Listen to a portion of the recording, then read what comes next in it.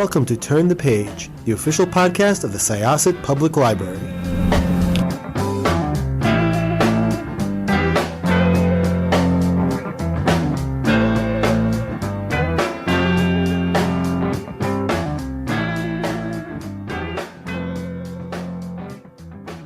Hello, everyone. Welcome back to Turn the Page. I'm your host today, Jen, and I am joined by an extraordinarily talented graphic novelist, comics creator. I am so excited to talk about this book, so let's get right back into it. Hi, welcome to the show. Could I ask you to introduce yourself and your book, please? Hi, thank you so much for that intro. It was very nice. My name is Kit Anderson, and my book is called Safer Places. I thought this book was so lovely, and it has so many pieces that are really like thematically connected in really interesting ways, while also showing like a wide variety of like genres and characters and ideas. But before we get too much into that, I always like to start with the question about your journey to this book. How did you get into comics, and what led you to this project in particular? Yeah, I always like don't know how to answer this question without being like, let's go way back. But basically I had studied creative writing in undergrad, and so I loved short stories. Always have, always wanted to be a writer. And then like I had a really rough like advisory situation where this professor was like, "You're bad." So I kind of, yeah, it was not great. But like what was even worse was like I listened and stopped writing for like a pretty long time. But like, like all of us, was going through life and like getting ideas, and um maybe I'd write them down sometimes, like maybe every once in a while I would dabble. But at some point I sort of like got the courage up, I guess. And it was really like through drawing. I started drawing, and then like kind of found myself like writing a little bit like to go with the drawings, and that like felt very like approachable and nice. And yeah, so I guess like I was sort of sneaking up on comics like for a really long time.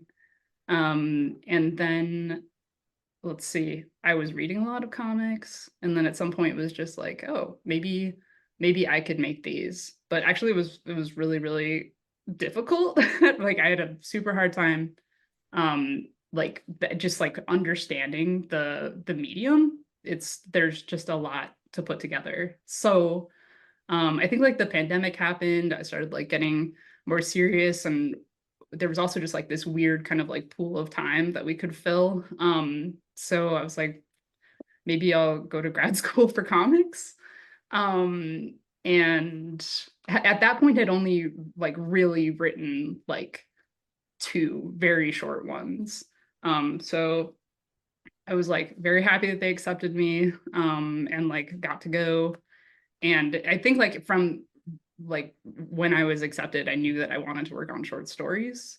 They're just like my favorite in both prose and comics. Like they're just what I love. And so yeah, like pretty much from the get-go, that I that's what we were working on. And then in the thesis year, I put a bunch together. And yeah, now I just like that's sort of what Safer Places is like my MFA thesis, more or less. I reworked some things like once I was done, and like made a couple new stories afterwards, took some out. But yeah, like more or less. The other thing that's important to note is like the like themes of Safer Places, which I think it was just like it was a really weird time because like I was doing the MFA remotely, and we had just moved to Switzerland, which like I'm not from. And so it was like a totally new place, a very beautiful place. I was like walking in these woods every day, with my dog, and then like having these like weird, like very computer mediated, like but very like close connections, with like friends and my cohort and my advisor and stuff. So it was like, yeah, it was just like a weird, like, but very rich time. And Yeah, so that's the that's like the very long answer from like where the collection came from. Wow. Yeah. That's a really fascinating journey. Um, if anything, it really made me think that like this is a collection that is so much about like liminal spaces and liminal moments. And the way that you talk about like the pandemic and that time, like I don't know if I framed it that way for myself at the time, but it was this sort of like extended liminal moment where everything was suspended. There was like no idea of what was going to happen or what had even just recently happened. And so it's like very interesting that that time like was a part of like creating this project. Um, what is it like to turn a thesis project into like an independently published project? Because when you're doing a thesis, there's like a lot of voices informing you, and then I imagine at some point those voices go away and like you're making final calls, you know? Yeah. No, I mean, that's a great question. I think like yeah, some of those stories were for sure like I just like made like quests, which is like one of the interstitial ones, was just like one of those that I just like was super self-indulgent and like had like very little input. I think like someone like one of my friends was like, "Oh, you should make more of this," and that's like basically all. But yeah, some of them had like a lot of help for sure. I would say probably like basement and weeds were like two that like had a fair bit of like workshopping, and like and I think it shows they're kind of like stronger stories, in my opinion. Anyway, okay, long story short, it was tough. Like, because some of like the ones that are included afterwards, it was very much like a like, oh, you're free, like you know how to make comics now, like just go. And like yeah, I think some of those weren't very successful, like to be honest. And like and I made some like after and like they're not included. So and but anyway, I think oof, I don't know how to answer this. Like Ricky, the who's a big part of Avery Hill, had like a fair bit of input and like offered some edits. And so that kind of like felt like really good and comfortable. Where it's like, okay, cool. Like I have somebody telling me what to do now. But like maybe I'm not answering your question actually. Yeah, it's because I was thinking about my own experience. Like I went to grad school and did a lot of writing with people signing off on it. And then when I, started to write after grad school, I just had this like little like fear of leaving the nest moment, where I'm Oh like, yeah. you tell me I'm good? Can you tell me I'm a good writer, please? Yeah, no, like absolutely. Yeah, so I had these friends that like we were just like constantly looking at each other's work and like giving a lot of feedback. And like we've now moved on and are not doing that anymore. And like I'm actually working on like a full-length graphic novel now. And basically like am by myself. I've had like two friends who kind of like did like this like really helpful surface read and like offer their thoughts, but like I do not have somebody like looking at each page and being like, yo, this sequence needs to be longer, or like this thing doesn't make sense. So but like it was really formative and helpful like in the learning environment, and that's definitely still over my shoulder like when I come to the editing part of making comics. So like yeah, I don't know, workshopping was huge. um I think there are lots of ways to do it outside of like the school environment, but yeah, it's hard to find that again for sure, and I miss it. So let's talk about the book a little bit. As I was saying before, there are a lot of like themes that emerge and a lot of stories that are about, as we mentioned, like sort of liminal spaces and being like in between places and in between moods. Um, so like when you were selecting pieces for this, like your curation process, like did you go into it with that like as your lens, or did you like look at all your pieces to see like what the themes that emerged were? Does that make sense, kind of? Yeah, no, it definitely does. I think like they mostly, to be totally honest, just emerged later on. I think that like when I started the collection, I was like, oh, I need to have like this. Yeah, so at the beginning of the thesis year, I was like, I need to have this grand thesis. All the stories need to be like very connected. I was trying to like knit all of these, like, oh, this is all happening in the same universe, and this is connected to that. And like it was very like, one of those weird boards with the yarn. But that was feeling really contrived after a certain point. And so I, I just sort of let go and was writing the things that I was excited about or thinking about at the time. And it was just like, I think what I came to, I think one of my friends said it was just like, I mean, they're all going to be you, like they're all going to be connected because they're all made in this like one period of time, kind of in this one environment. And yeah, so I think it's like, it is very reflective of that. It is like a fun time capsule in a way of like, yeah, what was really in my head. And it was kind of fun. Like I had to make the cover later for Avery Hill, and just like trying to get back into that headspace of just like, where was I? Was like, it was really, yeah, it was like putting on an old pair of shoes or something. And once I was walking around in them for a while, it was like, oh, this is easy. Like I totally get it. But like that was a different like version of me for sure. So yeah, I would say the themes emerged. The curation process was basically like I had some stories that I for sure wanted to include that I was just like really excited about. And then some just kind of like popped up. Like, yeah, Quest again was just this one that like over one weekend, I think just like after being in the forest or something, I was just like, oh, there it is. A story fully formed, cool. And it was just like so easy and fun to make. So, and some of them were much more like tortured. So, yeah, I think I'll say that the themes emerged, and I'm happy with that. Cool. I really love the quest interludes because um they're very soothing. Like, and I love that like they came from like these walks in the forest that you actually had, which is really, really lovely. And there's that one page that's just all silent panels where you're just kind of watching the seasons change. And I'm like, oh gosh, that is like, yes, this is so lovely. Um, what was the most challenging one to write? Like, was there one that was like a particular challenge or yeah, what did you spend the most time on maybe? Ooh, yeah.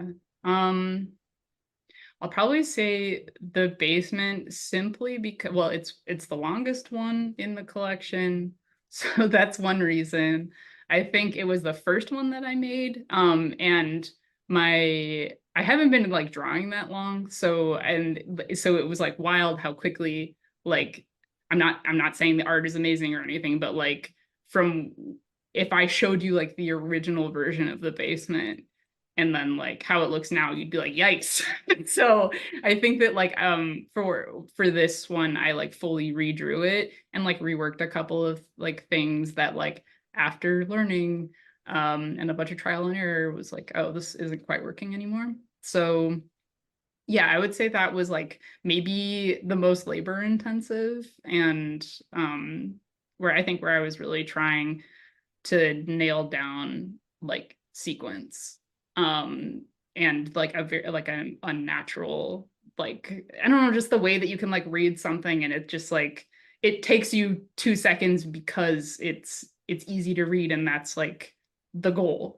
So I think I was really laboriously trying to do that. I don't claim I successfully did it, but I was really, really trying on that one.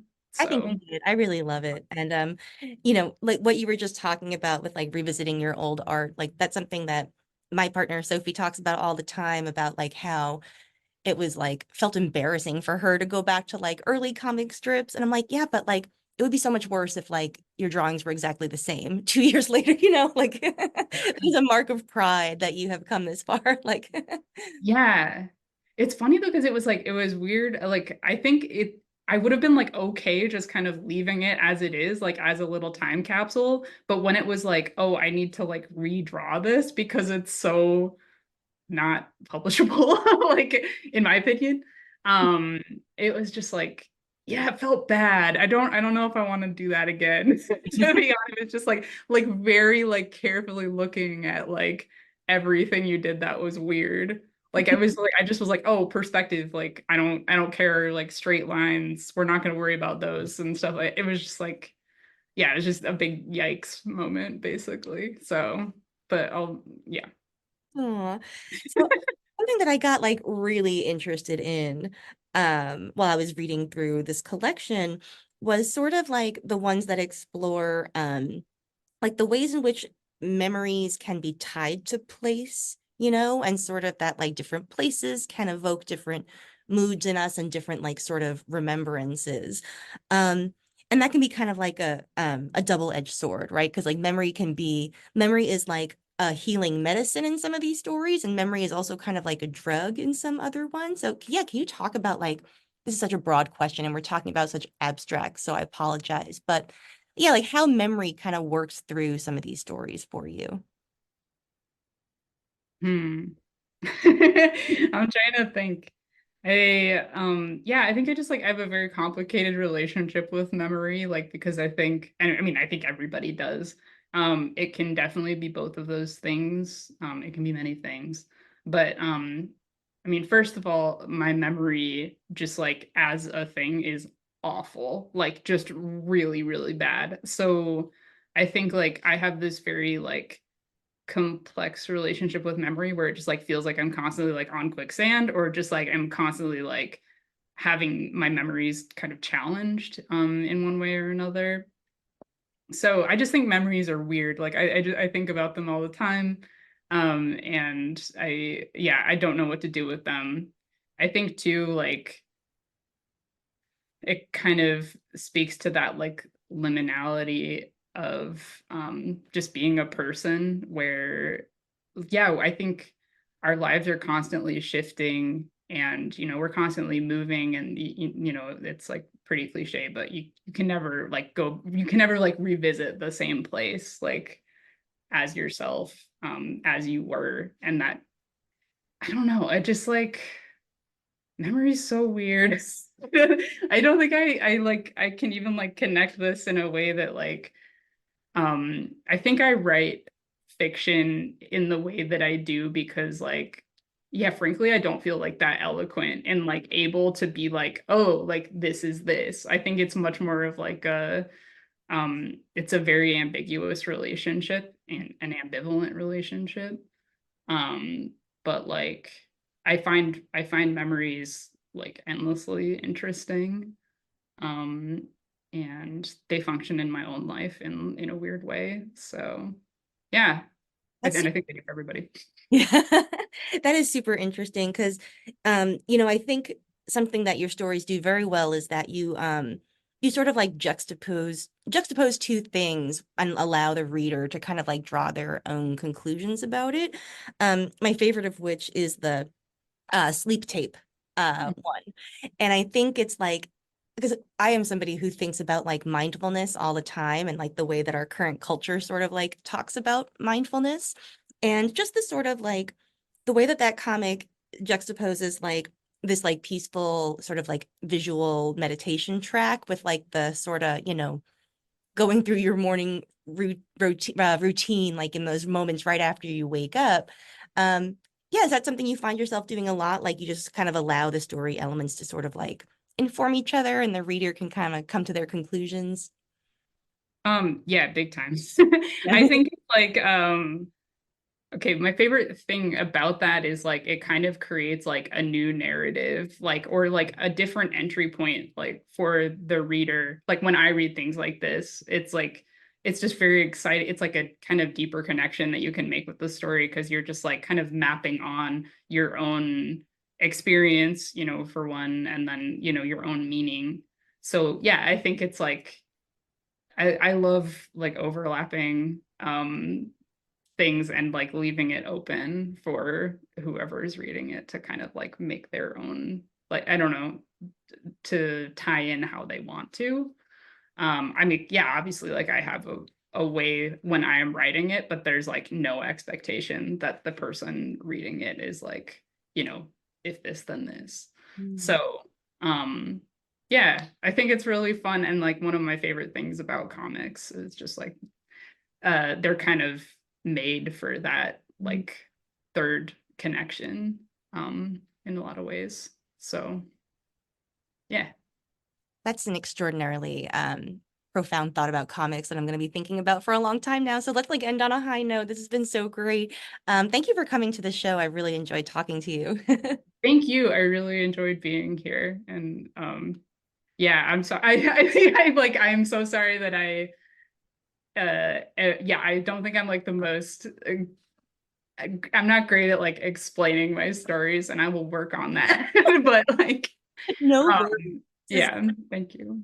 If you want to come back for your graphic novel, which, Godspeed, by the way, we can revisit and Okay. yeah, this has been really lovely. Thank you. Thank you so much. I really appreciate it. No problem. Okay, listeners, it's now your turn.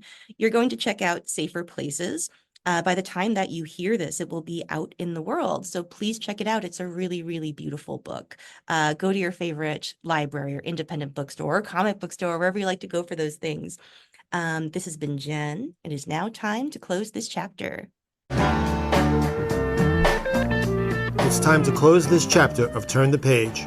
Join us for the next episode.